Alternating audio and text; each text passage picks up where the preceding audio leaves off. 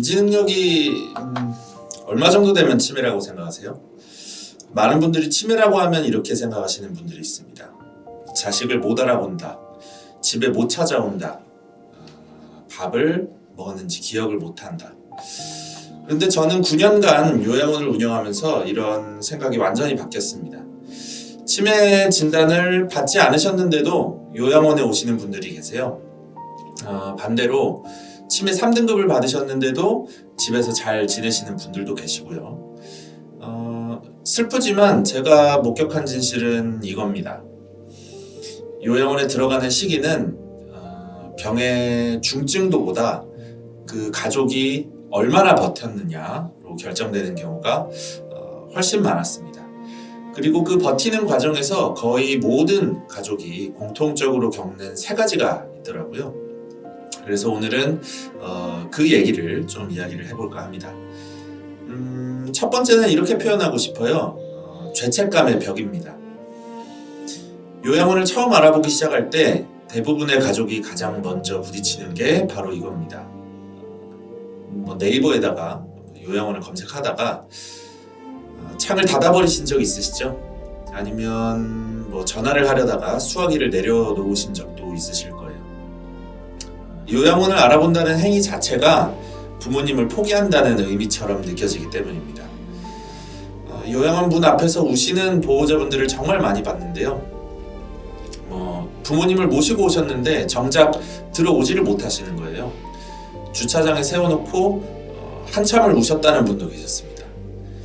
근데 도대체 왜 이런 감정이 드는 걸까요? 한국 사회에는 이런 뿌리 깊은 믿음이 있어요. 부모님은 자식이 직접 모셔야 된다는 거, 요양원에 보낸다는 거는 그 의무를 저버리는 거라는 거. 그런데 여기서 한번 생각을 해보셔야 됩니다. 전국의 치매 어르신을 모시는 가족의 하루 평균 돌봄 시간이 얼마나 되는지 아세요?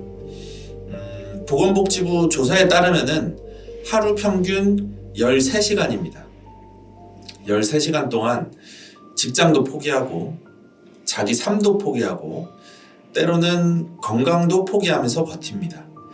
그러다가 결국에는 돌봄 제공자, 보호자 본인이 쓰러지는 경우가 생겨요. 여기서 질문을 하나 드리겠습니다. 부모님 곁에 있는 것 자체가 사랑일까요? 아니면은 부모님이 제대로 된 돌봄을 받도록 하는 게 사랑일까요? 어떤 분들은 이렇게 말씀하세요. 그래도 가족이 직접 모시는 게 맞지 않냐. 요양원은 결국 남이 돌보는 거 아니냐.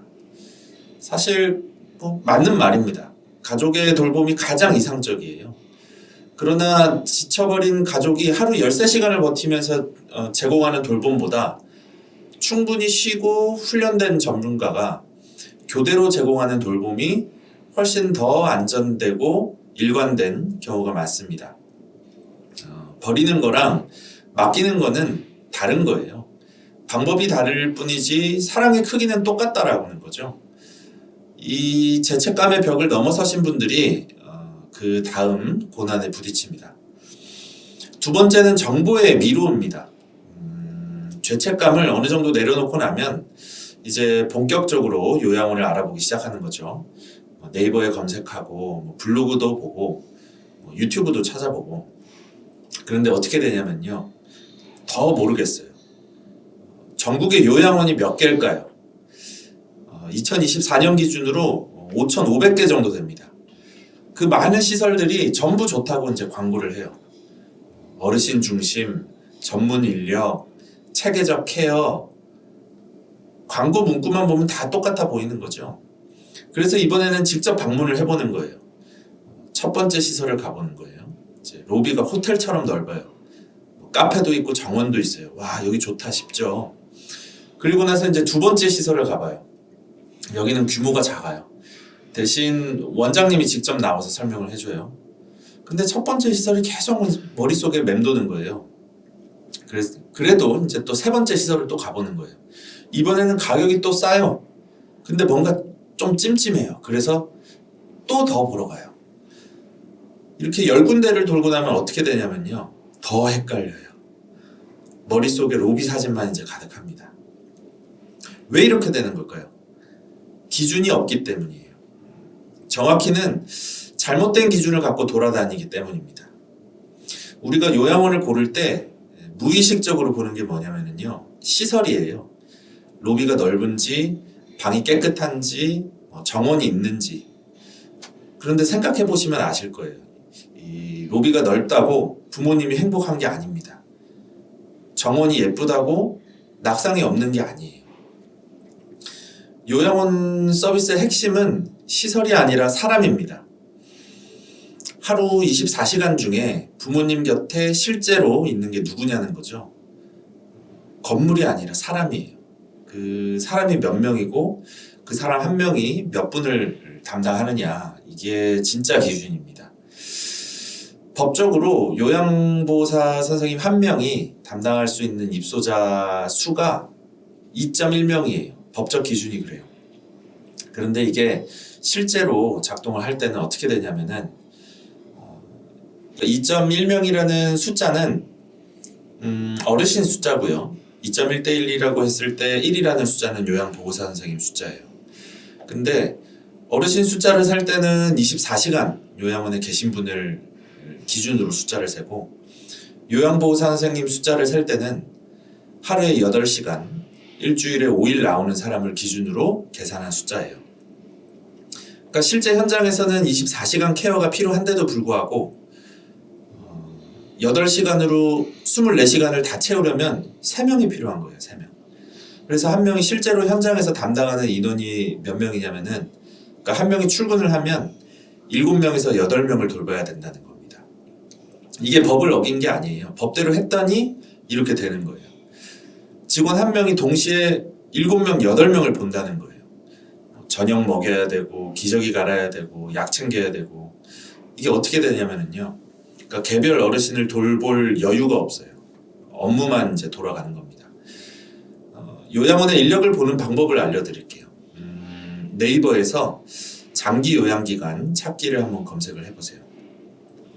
부축꽃 더 클래식 너싱홈을 예시로 보면 정원, 그러니까 현원 정보, 그리고 인력 현황 정보를 볼 수가 있습니다. 어르신 73명, 보호사 44명, 요거를 이제 나누면은 1.6이 되죠. 방금 말씀드렸던 거 혹시 기억하세요? 2.1대 1이었죠. 근데 여기는 1.6이네요. 그러니까 법적 기준 2.1보다 한참 낮은 것을 확인할 수가 있습니다. 보호사를 기준보다 더 고용해서 운영하고 있다는 걸 알 수가 있어요. 그리고 세 번째입니다. 이제 죄책감도 넘었어요. 좋은 시설도 골랐어요. 드디어 이제 입소를 결정을 하는 거예요. 근데 그 다음 날부터 이제 전화가 오는 거예요. 엄마가 밥을 안 드신대요. 아빠가 나가겠다고 화를 내신대요. 밤에 잠을 안 주무신대요. 그때부터 이제 세 번째 고난이 시작됩니다. 적응의 공포예요. 부모님이 힘들어하신다는 소식을 들으면은 보호자분들은 이렇게 생각을 하세요.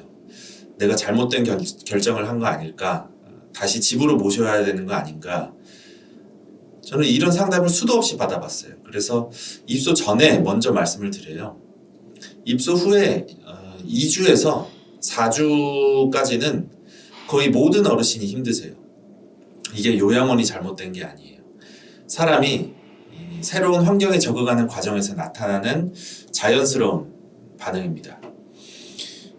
서울대 간호학과 연구팀이 2019년에 발표한 연구를 보면 요양원 신규 입소 어르신의 약 73%가 입소 후에 첫 달에 적응 관련 어려움을 겪는다고 해요.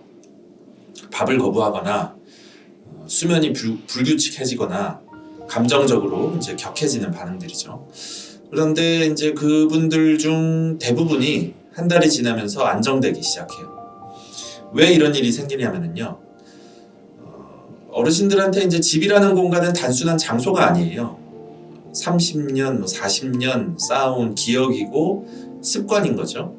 근데 그 공간이 바뀐다는 거는 어르신 입장에서는 자기 삶의 맥락이 통째로 바뀌는 경험이에요. 그러니까 당연히 힘드실 수밖에 없죠. 어떤 분들은 이렇게 말씀하세요. 그러면 처음부터 집에 모시는 게 낫지 않냐. 적응 기간이 이렇게 힘드니까. 집이 편하죠. 그런데 이미 집에서 안전하게 지내기 어려운 상황이 됐기 때문에 요양원을 결정을 하신 거잖아요. 이제 넘어지실까봐 혼자 두기 무서워서, 그리고 밤에 잠을 못 주무시고 이제 돌아다니셔서. 적응 기간의 이제 어려움은 넘어야 될 산이에요. 피해야 할 이유가 아닙니다. 그리고 이 적응 기간을 어떻게 보내느냐가 이후를 결정을 해요. 이 시기에 보호자분들이 하셔야 될 게 있어요. 면회를 좀 자주 오시는 거죠. 처음 한 달은 특히요. 익숙한 얼굴이 자주 보이는 것만으로도 어르신의 불안이 절반으로 줄어듭니다. 그리고 시설 직원과 자주 소통하세요. 오늘 식사는 어땠는지, 주무실 때 어땠는지. 이 소통이 쌓이면서 시설도 어르신을 알아가고 보호자도 시설을 신뢰하게 됩니다. 요양원을 운영하면서 제가 진심으로 깨달은 게 있어요. 요양원에 들어오기 전에 이 세 가지를 알고 오시는 분과 모르고 오시는 분의 첫 3개월이 완전히 달라요. 죄책감이 해결되지 않은 채 오시면 부모님이 조금만 힘들어 하셔도 다시 데려가려고 하시고요. 기준 없이 고르셨으면 입소하고 나서도 계속 다른 시설과 비교가 되고요. 적응 기간을 또 몰랐으면 첫 달이 지나가기 전에 포기를 하시는 거죠. 요양원에 들어가기 전에 공통적으로 겪는 세 가지. 죄책감의 벽, 정보의 미로, 그리고 적응의 공포. 이 세 가지를 미리 알고 준비하신다면은 부모님의 첫 3개월이 훨씬 더 안정적일 겁니다. 그리고 여러분들의 마음도요. 요양원 선택부터 입소 후 생활까지 현장에서 알 수 있는 이야기들을 계속 좀 전달을 해드리겠습니다. 부모님을 위해서 좋은 선택하시길 바랍니다. 감사합니다.